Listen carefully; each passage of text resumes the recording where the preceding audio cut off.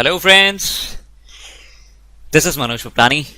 I welcome you all on behalf of the Edupedia world. Perfect guys, fasten up your seatbelts. We're about to take off with the first topic of the day, and that will be, it's about a question now. During the course of statutory audit of an investment company dealing in shares and securities, in spite of repeated reminders by the statutory auditor, the company officials did not provide the investments which are held by the company at the balance sheet date for verification, and also provide the details of valuation of the unlisted shares on the balance sheet date. The statutory auditor in his final audit report to the shareholders reported as follows. Subject to verification of existence and valuation of the investments, the balance sheet shows a true and fair view. Do you think guys, is the report made by the statutory auditor correct? This question was asked in CA final examination for May 2003. So what do you guys think? Is it good enough for the auditor to make this statement that subject to verification of existence and valuation of the shares and investments, the balance sheet apart from that shows a true and fair view? Is he appropriate in his particular statement of this? Think a bit more. Now I must tell you this thing. So in this particular circumstances, auditor reporting this particular line, that subject to verification of existence and value of investments, the balance sheet shows a true and fair view. This approach is just not correct. Auditor has failed to perform his duty properly in this particular given case. Now, why am I saying this to you? I'll make you understand this thing. So number one, you need to understand the duty of statutory auditor. The statutory auditor, guys, is required to express his or her opinion on the truth and the fairness of the financial statements only after examining the authenticity, respect and reference to the information and explanations which are given to him. He or she should not express an opinion before obtaining those required data and information. We all are aware of this fact. Now coming to the facts of this case. In this given case, the statutory auditor of the company did not verify the existence and valuation of investments which are held by the investment company. He has not been able to obtain the information and might not be able to satisfy himself by adopting any other audit procedures. This is a very similar case which happened with London and General Bank's case. So I can simply conclude with this particular stuff that if the auditor has not been able to obtain the relevant information or explanations, he may have to qualify his opinion on the truth and fairness of the financial statements or express his inability to give an opinion in this matter. He should not say that subject to verification of existence and valuation of the investments, the balance sheet shows a true and fair view. Absolutely not.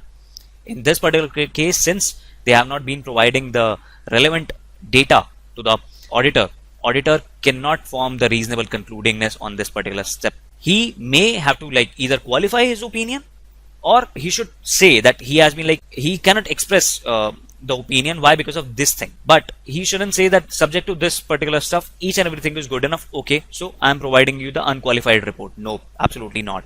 So the auditor cannot escape his reporting responsibility by stating that certain procedures were not carried out. I just briefly told you up in my last slide as well. So by reporting that subject to verification of existence and valuation of the investments, the balance sheet shows true and fair view, the auditor is basically not providing you the information but only the means to information.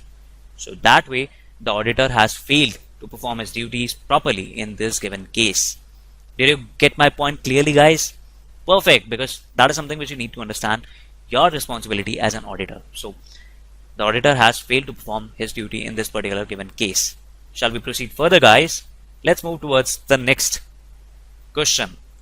And this was again a previous CA final attempt question which was asked in CA final May 2000. So guys, the question says, certain weaknesses in the internal control procedure in the payment of wages in a large construction company were noticed by the statutory auditor, who in turn brought the same to the knowledge of the company's managing director. In the subsequent year, huge defalcation came to the notice of the management. The origin of the same were traced into the earlier year. The management wants to sue the auditor for negligence and also plans to file a complaint with the Institute of Chartered Accountants of India. Comment on the statutory auditor's liability. This question was asked in CE final examination for May 2000. So let's understand it in a better way, guys. There are some of the deficiencies which were noticed in the internal control procedures. Okay, with respect to the payment of wages of the company. Okay, the auditor brought this fact to the company's knowledge. They tried their level best to bring this to the awareness of the company's MD. But however, what's happened is in the subsequent year, huge defalcations came to the notice of management. Okay, and they tried to witness the same from where it originated. So they got to know that this is from the same year wherein the statutory auditor told them up. Okay, so now what's happening is the management is basically wanting to sue the auditor now for the negligence, and they also plans to file a complaint with ICAI with the same stuff. Okay, do you think it is justified on their part that they are going to sue the auditor for the negligence, wherein the auditor himself basically brought this fact to the notice of them? Why? Because they are sure of this fact that the auditors basically neglected some of the things and which happened to this thing. So are they like reasonably genuine? They are reasonably good with that particular stuff of them. They are correct in their approach. Let's understand this with our considerations, our duties, and our liability. So consideration. If I'll talk about the consideration, the precise nature of the statutory auditor's liability can be determined based on only two things. Number one, origin of the defalcation, and number two, auditor's procedure in the subsequent year. So if I'm talking about origin of defalcation here, guys, so whether the defalcation which emanated from the weaknesses noticed by the statutory auditor, the information regarding which was passed on to the management, whether the same happened or not. Number two, what was the auditor's procedure in the subsequent year, whether the statutory auditor properly and adequately extended the audit program for the previous year having regard to the weaknesses noticed earlier or not. So number one is origin, and what did auditor do with his procedures in the subsequent year. These two considerations need to be considered. Now if I'll talk about the auditor's general duties, so it is a general duty to identify the weaknesses. As a result of his or her study with the kind of evaluation of internal control and other auditing procedures, the auditor may become aware of the weaknesses in internal control. For the benefit of the entity, the auditor should make management aware of any kind of material weakness which is going on, which have come to his attention on a material basis. It is his responsibility. So this is something which he did in this particular case, right? Perfect. The problem with the deficiency of internal control procedure, he basically made ensure this thing that he brought the same thing to the knowledge of the company's MD. Now communication of weakness, that is the second point. So such weaknesses should be communicated in writing.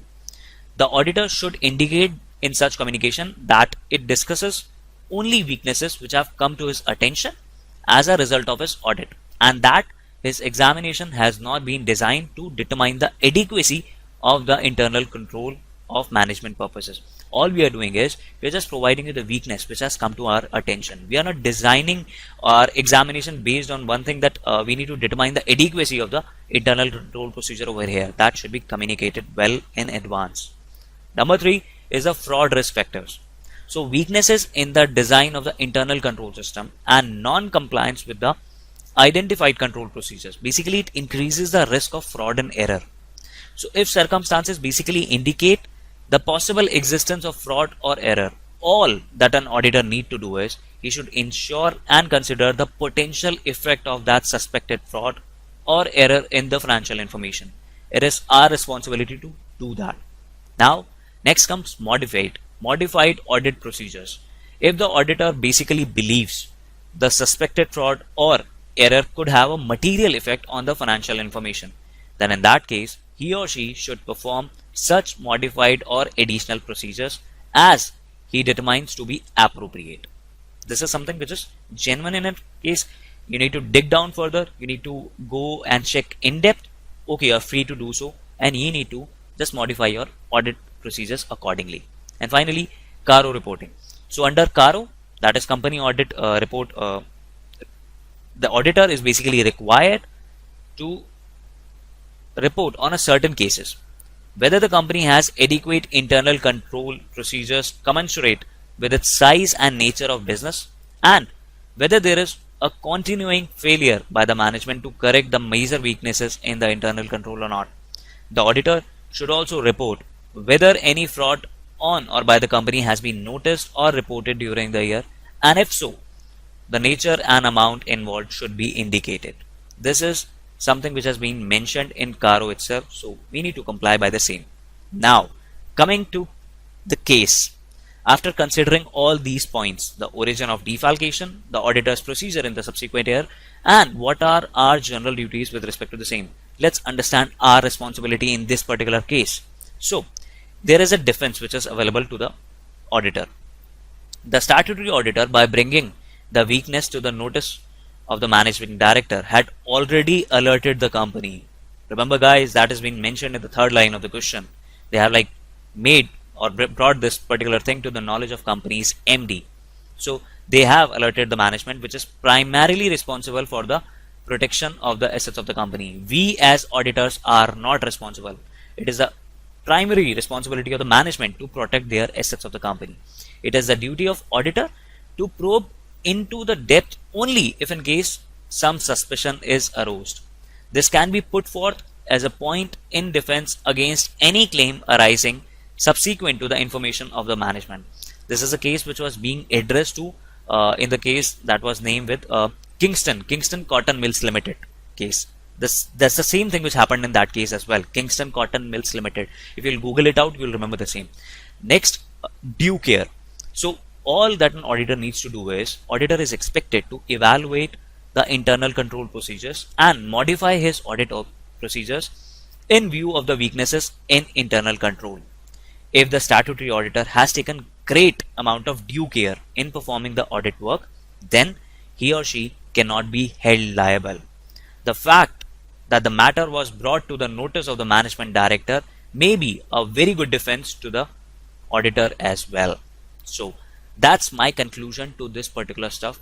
So I hope you guys got the complete clarity with respect to each and everything, and the kind of knowledge that this particular case brought into you is priceless, so you'll be understanding this thing as well.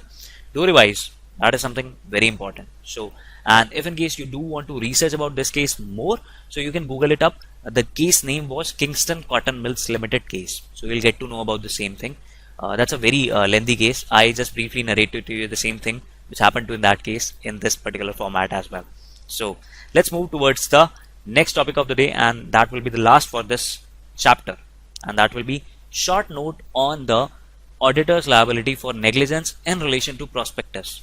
This question has been like asked so many times that I have just included 3 attempts. So that is CA final attempt for May 2000, 2008 and 2010. So what is the auditor's liability if in case they have neglected some of the things while providing for or releasing any of the IPO or I say prospectus? So what is our responsibility in that particular case, and what will be our liability? So number 1 is the auditor's report in a prospectus. So guys, a CA certificate or a report may be used in the prospectus in connection with the financial forecast, and hence he or she is connected with the issue of prospectus in his or her capacity as an expert. So by expert I can simply say that it includes various persons. Amongst other, it also includes a name which is an accountant or any other person whose profession gives the authority to a statement made by him. So again, that is the case wherein this particular CA certificate, which will be used while the issue of prospectus is being made in connection with the financial forecast, then equally that auditor, that person who is going to issue that certificate, he'll be connected with that issue of prospectus in his or her capacity as an expert. So that is the kind of view that you'll be having and suggesting while this particular prospectus is being issued. Number 2 is your liability for any untrue statement. So the directors of the company and persons connected with the issue of the prospectus as experts are liable to pay compensation to the aggrieved persons for any misstatement or untrue statements in the prospectus. This is something which will be mentioned in the prospectus itself. Okay, it's been said as a guideline from SEBI. If in case some of the misstatement could be attributed to the auditor's report in the prospectus, then in that case he or she would be liable to compensate to the persons who have been like financially suffered due to having acted on the basis of the auditor's report in the prospectus. Let's suppose there is a person, Mr. Ram. Okay, you provided a very good report, very good certificate for that prospectus. It's a wonderful company. You should go and invest in it. Okay, they are going to provide you a return like almost 200% in the first 2 years down the line itself. Now, what happened is this created some kind of like the pressure in the market, that excitement pressure in the market, wherein each and every person who were like willing to invest in that company, they got shot with the fact that okay, the auditor has finally told about these facts. They have assured you some of the promises. Go and buy the shares of that company. Now, what's going to happen is that company is not going to provide you that huge amount of returns in the coming way. So, what's going to happen is that particular person who has actually relied on your statement by reading your statement in the prospectus that the company is going to provide you 200% returns, he's going to sue you up. That's for sure. And in that particular case, you would be liable to compensate to the persons who have financially suffered due to having acted on the basis of your report, your statements on that prospectus. So the measure of damages is the loss which is being suffered by the reason of that untrue statement.